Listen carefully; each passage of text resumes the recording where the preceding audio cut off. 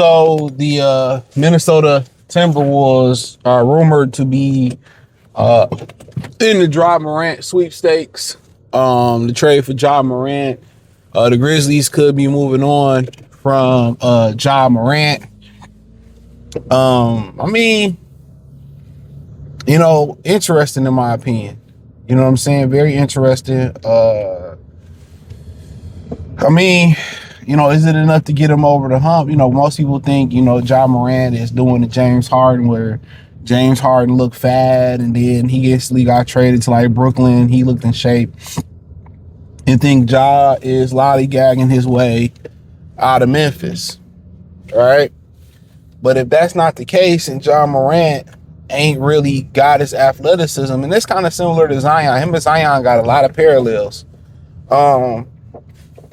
And that, they just haven't developed outside of their athleticism, especially a jump shot to be in particular. They haven't developed that jump shot. And the way that Minnesota is built, you know what I'm saying? He got to be able to, shoot a respectable three-pointer. And right now, that ain't the case. Conley can shoot it. If they, move on from Conley, he can shoot it. Jay McDaniels has become, a good three-point shooter. Randall was solid, but then again, Rudy Gobert in the lineups with Rudy and Ja Morant outside of a pick and roll, that's kind of where, losing Cat, it hurt at because Cat would afford you the luxury of a Ja Morant. You know what I'm saying? Me personally, dude, I would just start developing Rob Dillingham and roll the dice that way. I just go through my bumps while I got Mike Conley, and I just start bumping my head with Rob Dillingham. Honestly. And you see this so many times in the NBA where a lot of these teams give up on the Shea Gilgeous Alexander.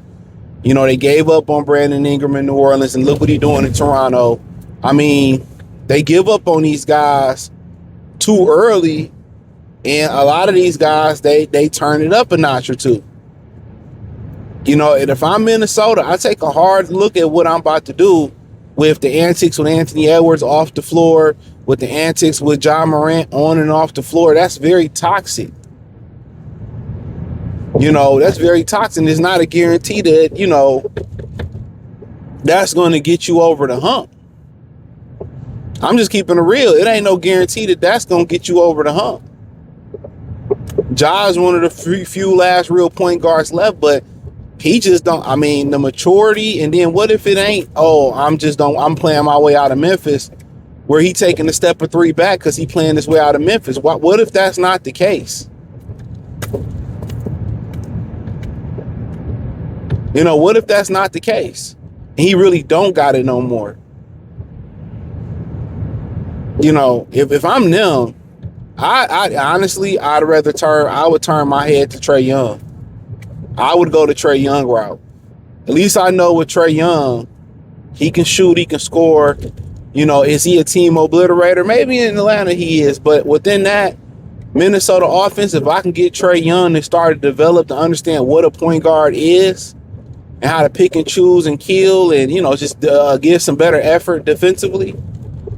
And then inside that Minnesota inside that Minnesota offense, they just got a natural ball movement. They one of the few offenses in the league. Detroit, Denver, Golden State.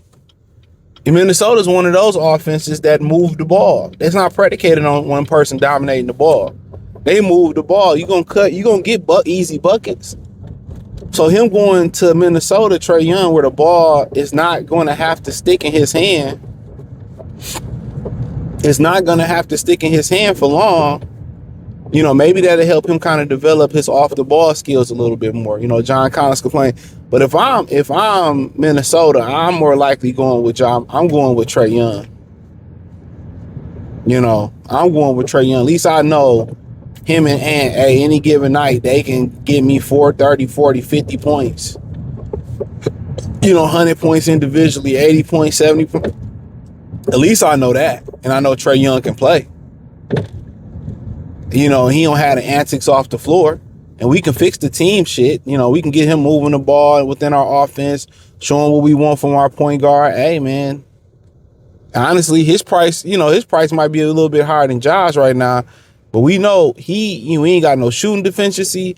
We know he can distribute the ball. You just got to show him how, not to chase stats. Defensively, Ja might be a little bit better, and he's bigger. I'd rather go for Trey Young if I'm Minnesota.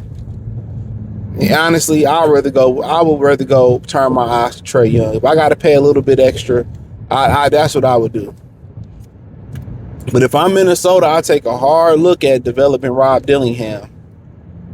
I take a significantly hard look at, hey man, fuck that. Right now, y'all want to rush it, and then he turns out to be a star. You know what I'm saying? I would just start playing him. I just don't really understand that with some of these coaches. I mean, I agree with what Deion Sanders said. And that's a 16 game schedule. He said you don't learn to play by being on the bench. When you get to the NFL, you learn to play by playing. I would agree. So them soft showing these guys on the bench, hey, allow them to play. That's my thing. Allow them to play. You got 82 games. You low managing mode. Y'all giving up more than like about 20-25% of the game. Allow these young guys to learn and bump their head. That way, by year 2 or by the playoffs, they have some type of experience. I've just never understood that. Allow these guys to ride the bench. Allow them to play. Even if it's 10, 15 minutes a game, then, 20 minutes a game, they're going to get better. You playing these veterans, and then a lot of these teams, they be playing these veterans over these young guys. And, they be losing games. These motherfuckers be high in the lottery and shit. Like, why not play the young guys? If, with the old guys, you already know what you got. They ain't getting no better. With these young guys, the ceiling is the roof in my Michael Jordan voice. So if I'm Minnesota, I take a hard think, because if I got to get Trey or Ja or anybody of substance like that, I have to give up Rob Dillingham. Ain't no way I make those deals if I'm Memphis or Atlanta and I don't get Rob Dillingham. In my future voice, ain't no way. Ain't no fucking way. Ain't no way. Ain't no way I make that deal and I can't get Rob. Nah. Then they robbing you. You get it? Then they robbing you. If you can't get robbed. That's the crazy thing about it. Then they robbing you. Dog, you just gonna pull out without looking? But in low key, that was a good look, because with no parking space. He just whipped out there. I ain't mad at it though, bro. You'd hit my car, we would have had to shoot the fair one. But yeah, if I'm doing that deal, I gotta get Rob. But if I'm Minnesota, take a long, hard look, think about it. You giving up old buddy, and he goes somewhere else and be a stud, and Ja Morant and Trey Young come there and be a dud, you're gonna be sick. But that's what everybody do. Everybody don't think about the future. They risk, they risk the now for the future. But hey, thumbs up the video. Ask the Clippers. They sick about that SGA shit. But I hit the link in the description. Follow me on X, Facebook, Kick, Twitch, the whole nine. Everything inside the link tree. Peace.